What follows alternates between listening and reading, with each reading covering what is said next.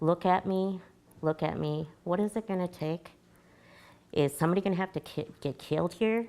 That's what Pandora Lobach said to management at Lincoln Hills School and Youth Prison after being attacked by an inmate last week. I noticed that he was starting to clench and unclench his hands into fists. Lobach tried to calm the boy down, but the situation escalated, and soon enough, He went into a fighter stance and with his whole body punched me as hard as he could in my face and knocked me out. other staff members rushed to help, and Lobach was taken to Merrill Hospital, then transferred to Aspirus in Wausau. I really think that if he would have had time to pummel me, this would be a different story. And that instead of me doing an interview in front of you, I'd be dead. It was the first time she was assaulted by an inmate in the 25 years she's worked in youth prisons. But Lobach said at Lincoln Hills, those kinds of attacks are commonplace. The boy who attacked Lobach attacked one of his peers 2 days before. Other staff members have been punched, beaten, and nearly electrocuted by inmates. Lobach says the catalyst to these problems was the implementation of Act 10, the Right to Work law, and the consolidation of youth prisons by the state government. Those changes all started around 2011. We're understaffed. We're not being treated right as a state employee. We're expected to do more with less. The staff turnover is constant. There's a few of us left there, the primary that are trying to keep going to work, keep trying to do what's right. And doing what's right keeps Lobach coming back day after day. She's only 4'7", so she cannot use her stature to demand attentiveness from her students. So instead, she works on building rapport and respect. I expect in my classroom, I act like a lady, so they get treated like gentlemen, and I expect them to act like gentlemen. And that respect is two-sided. After the attack, one of her colleagues told her something that reminded her why she does it. The majority of the youth in the unit are appalled by what happened to you. And all they can keep saying is, that's just not right. That was Miss Lobach. That's just not right. Lobach doesn't know what the future holds for her time as a teacher at Lincoln Hills.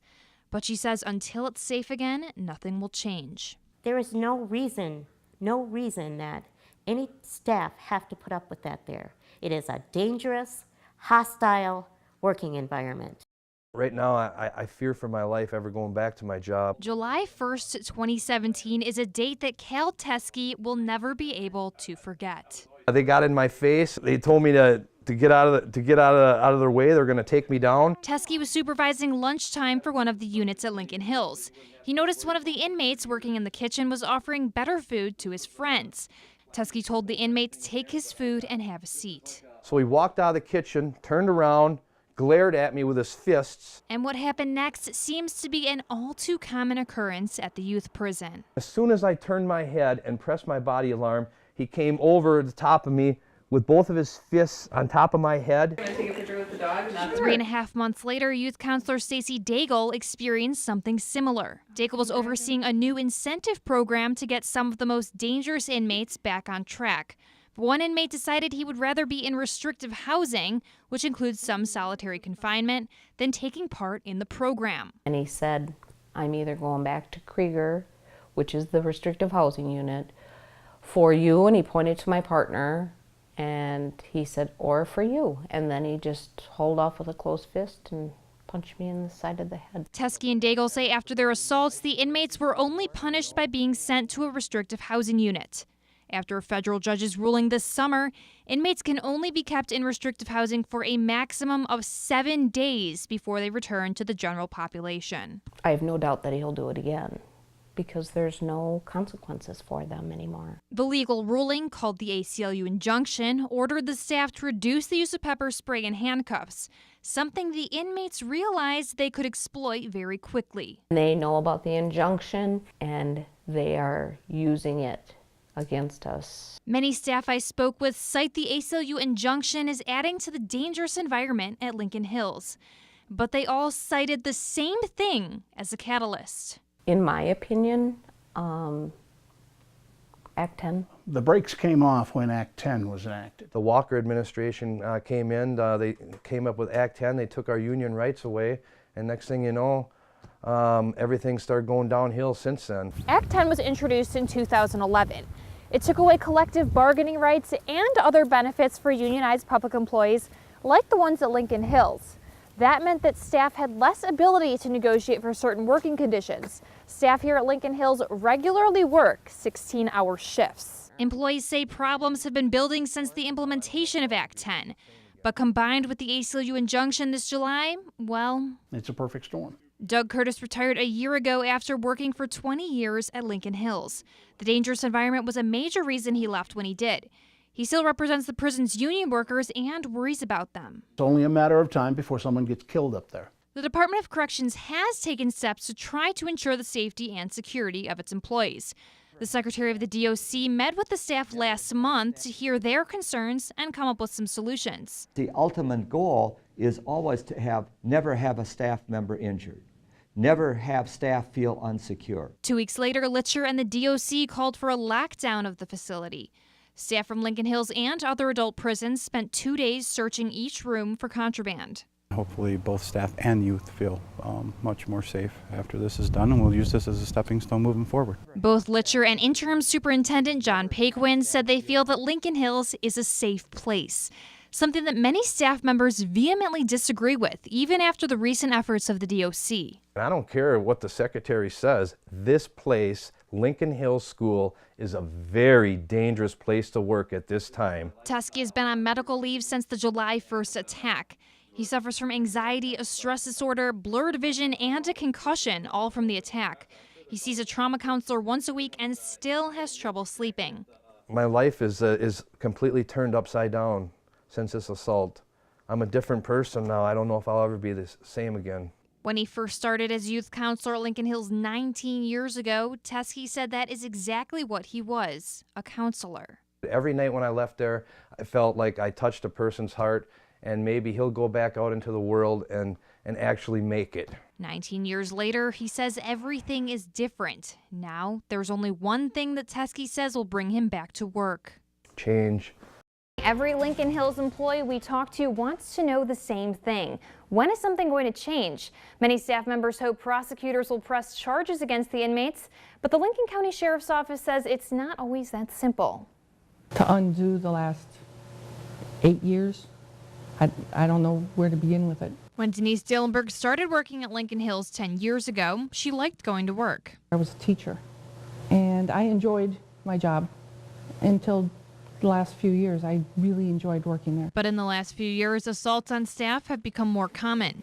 Dillenberg says inmates aren't held criminally accountable for their actions. When you have a 22-year-old beating up on a 16-year-old kid, that would be jail time.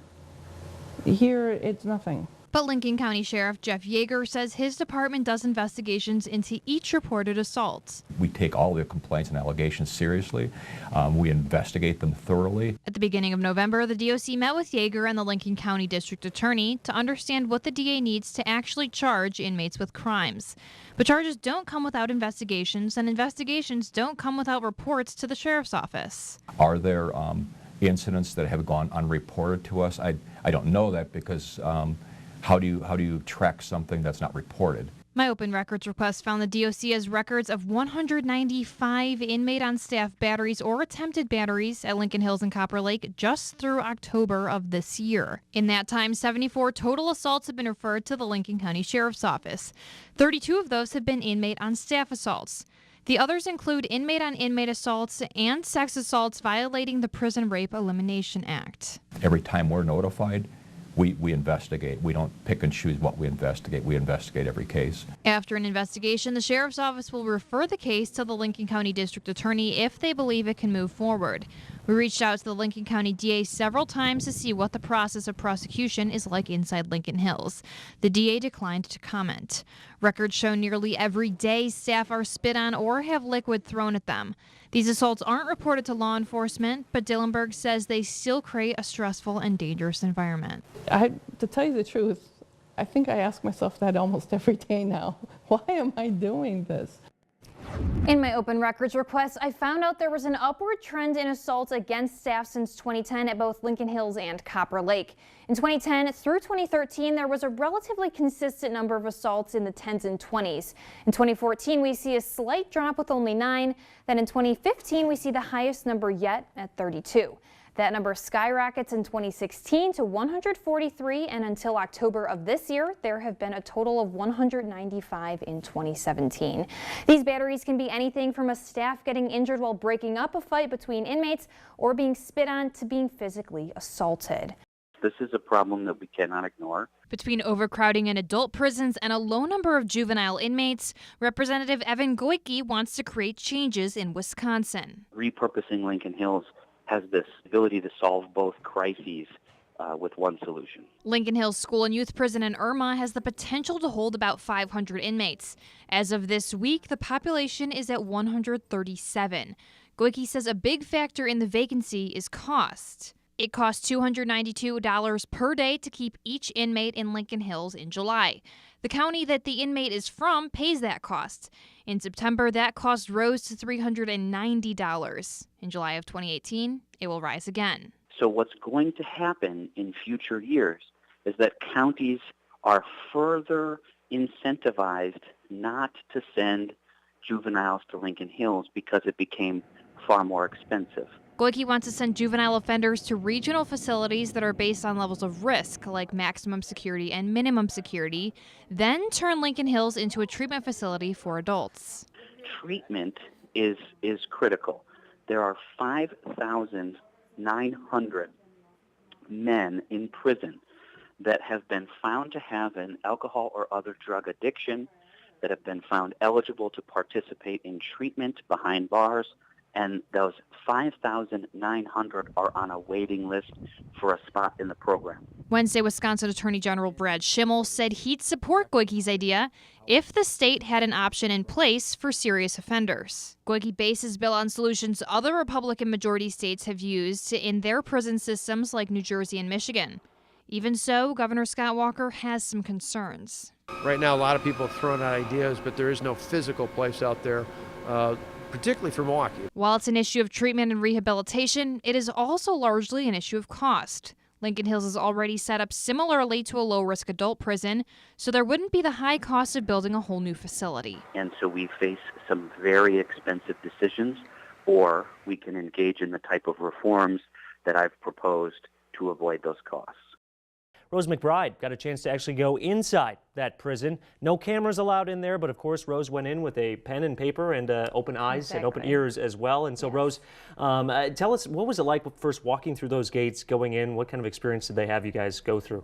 Yes, like you said, we weren't able to bring camera, cell phone, anything. We had to go through metal detectors. When we first walked in, couldn't even bring my car key in with me. So we walked in, went through the metal detector, and kind of went into a question and answer session with the DOC and also a few staff members from Lincoln Hills as well. Did they let you ask about all the media coverage that we've had on these alleged assaults and abuses and whatnot, or did they shy away from that here? We were able to ask, and kind of when prompted, they just said, yes, these incidents are isolated incidents, and we still believe that Lincoln Hills is safe for both youth and staff members as well. So did you get that sense of safety when you were there? Did you ever feel unsafe when you were inside the walls? When I was there, I never personally felt unsafe. We were with a large group, and I guess that they made it a point that we felt very safe. And also, I was only touring the facility for about an hour and a half, so I wasn't able to get, the full experience that staff members face every day. Of course, the Department of Corrections is, when they have media coming in, is going to want to make sure everybody does feel safe. Did it seem like they had added security? Did it seem like there was a larger sense of that security there? It didn't, and also they told us, I had asked, did they know we were doing a media tour, and the Department of Corrections said no, this is just kind of being treated as any other day for them. They didn't want to bring any undue attention to our visit there. So it was just like a regular day for inmates. Of course, some of the staff members knew we were coming and led us on different parts of the tour as well, like the school and the housing unit. In the last 30 seconds we have left here, anything that surprised you, or did you have your mind changed by anything prior to going in versus now that you have been in there? I think it's just super interesting hearing so much about it and not really being able to see for myself what all these staff members in the Department of Corrections were talking about, but being able to see it for myself, it was just not what I expected. The school was more like a public school than I had anticipated, and the housing units were kind of like college dorms, so it didn't really give me the impression of a prison. So that was something that I was surprised by.